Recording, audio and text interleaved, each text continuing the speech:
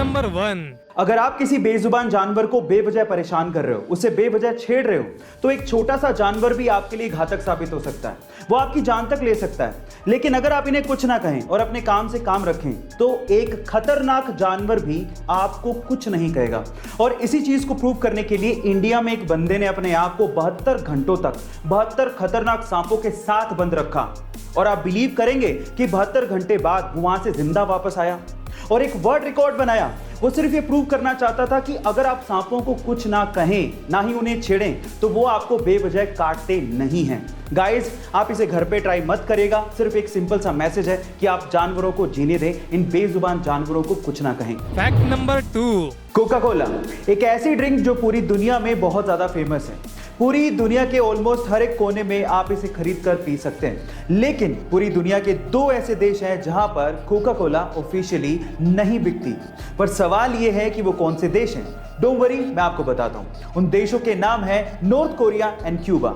अब north Korea या Cuba का नाम सुन के शायद आप ये सोच रहे होंगे कि वहां के तानाशाही की वजह से ये ड्रिंक्स वहां पे नहीं बिकती होंगी, लेकिन ऐसा नहीं है।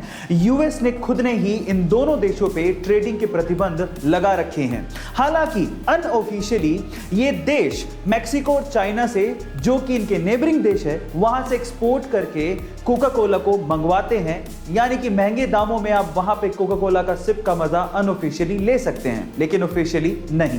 Fact number 3। गाइस, बीते हुए कल को और आने वाले कल को क्या कहते हैं? नहीं, मैं कोई फिलोसफिकल बातें नहीं कर रहा हूं। इनफैक्ट मैं ये इंग्लिश के पॉइंट ऑफ व्यू से पूछ रहा हूं।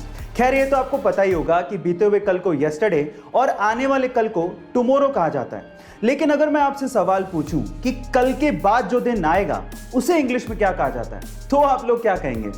ज्यादातर लोगों का आंसर होगा डे आफ्टर टुमारो, क्योंकि ज्यादातर लोग यही इस्तेमाल करते हैं। लेकिन इंग्लिश में इसके लिए भी एक प्रॉपर वर्ड है, जो है ओवर मोरो। जी हां, कल को टुमारो कहते हैं, तो कल के बाद आने वाले कल को ओवर मोरो कहते हैं। OVERMORROW। गाइस, है ना इंटरेस्टिंग फैक्ट? Fact number 4। अक्सर हाईवेज पर ही गाड़ियों के टायर फटने की घटनाएं सबसे ज्यादा होती है। पर सवाल यह है कि ऐसा होता क्यों है? तो चलिए मैं आपको बताता हूं। एक्चुअली इंटरनेशनल स्टैंडर्ड्स के हिसाब से गाड़ियों के टायर्स में 25 psi से ज्यादा प्रेशर की हवा नहीं भरी जानी चाहिए। लेकिन इंडियंस क्या करते हैं, एवरेज को बढ़ाने के लिए और फ्यूल को सेव करने के लिए टायर्स के अंदर 35 से 45 psi की हवा भर लेते हैं। अब जब हाईवे पर वो गाड़ी दौड़ाते हैं तो टायर्स इतने गर्म हो जाते हैं कि अंदर की जो हवा है वो फैलने लगती है, और फैलने से इतना ज्यादा प्रेशर बन जाता है कि टायर बर्स्ट हो जाता है, टायर फट जाता है। इसीलिए अपने गाड़ियों के टायर्स में 25 psi से ज्यादा की हवा ना भरें। Fact number 5। फरवरी 2002 के एक वनडे मैच में इंग्लैंड ने भारत को हरा दिया। अब हार जीत तो गेम में चलती रहती है, लेकिन इंग्लैंड के एंड्रयू फ्लिंटॉफ ने सारी हदें पार कर दी। उसने अपनी टी शर्ट उतारी और नंगे बदन पूरे वानखेड़े स्टेडियम का चक्कर लगाते हुए इंडिया टीम का मजाक उड़ाया। अब ऐसी हरकत की है तो बदला तो लेना बनता है। बदले का मौका आया 4 महीने बाद ही, जब लॉर्ड्स के मैदान पे इंडिया और इंग्लैंड का फाइनल मैच चल रहा था और उसे इंडिया ने ना सिर्फ जीता, ट्रॉफी अपने नाम की, और उसी वक्त सौरव गांगुली ने इसका बदला भी लिया। उसने भी टी शर्ट उतारी और ईंट का जवाब पत्थर से दिया। आपको ये इंसिडेंट सुन के कैसा लगा? चैट सेक्शन में लिखना मत भूलिएगा। Fact number 6। एक बार एक विदेशी यात्री भारत घूमने आया और टैक्सी करके पास के एक होटल पहुंचा। जैसे ही वो होटल में चेक इन कर रहा था, उसे पता लगा कि उसका पर्स टैक्सी में रह गया।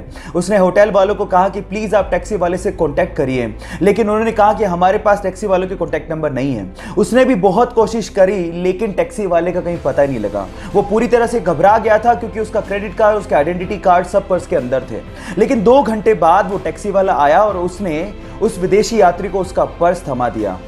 विदेशी यात्री ने खुश होकर उसे $70 देने की कोशिश करी, लेकिन उसके बाद जो टैक्सी वाले ने जवाब दिया वो आप लोगों को सुनना चाहिए। टैक्सी वाले ने कहा कि इस रिवॉर्ड के लिए मैंने आपको आपका पर्स वापस नहीं किया है। मैंने आपको आपका पर्स इसलिए वापस किया है क्योंकि ये आपका है।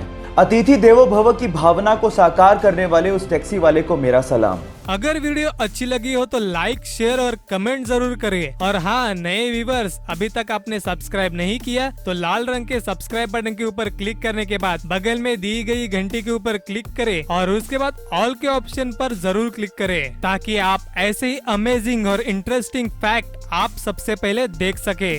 मिलते हैं अगले वीडियो में।